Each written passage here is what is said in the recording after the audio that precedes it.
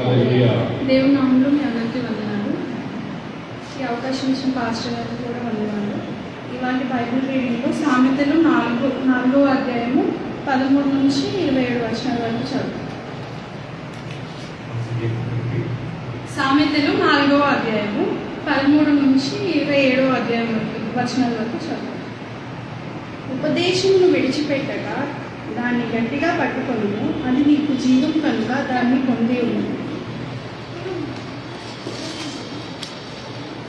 భక్తిహీనుల త్రోవను చేరకుము, దుష్టుల మార్గమున నడవకుము, దాని యందు ప్రవేశింపక తప్పించుకొని తిరుగుము, దాని నుండి తొలగి సాగిపోము.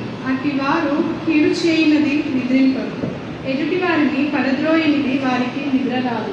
కీడు చేత దొరికిన దానిని వారు భుజింతురు, బలత్కారం చేత దొరికిన ద్రాక్షారసమును త్రాగుతురు.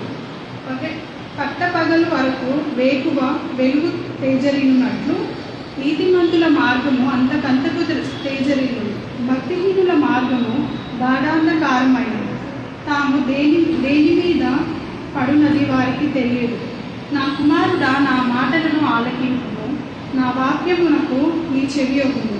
నీ కన్నుల ఎదుట నుండి వాటిని తొలగిపోనివ్వు, నీ హృదయమందు వాటిని భద్రము చేసుకొని. దొరికిన వారికి అది జీవము, వారి సర్వ శరీరమునకు ఆరోగ్యము ఇచ్చును. నీ హృదయంలో నుండి జీవాధారులు బయలుదేరుడు. కాబట్టి అన్నిటికంటే ముఖ్యంగా నీ హృదయమును భద్రంగా కాపాడుకోను. మూర్ఖపు మాటలు నోటికి రానియదు, పెదవుల నుండి కుటిలమైన మాటలు రానియదు. నీ కన్నును ఇటు అటు చూడక సరిగాను, నీ కన్నురెప్పలు నీ ముందర సూటిగాను చూడవలెను.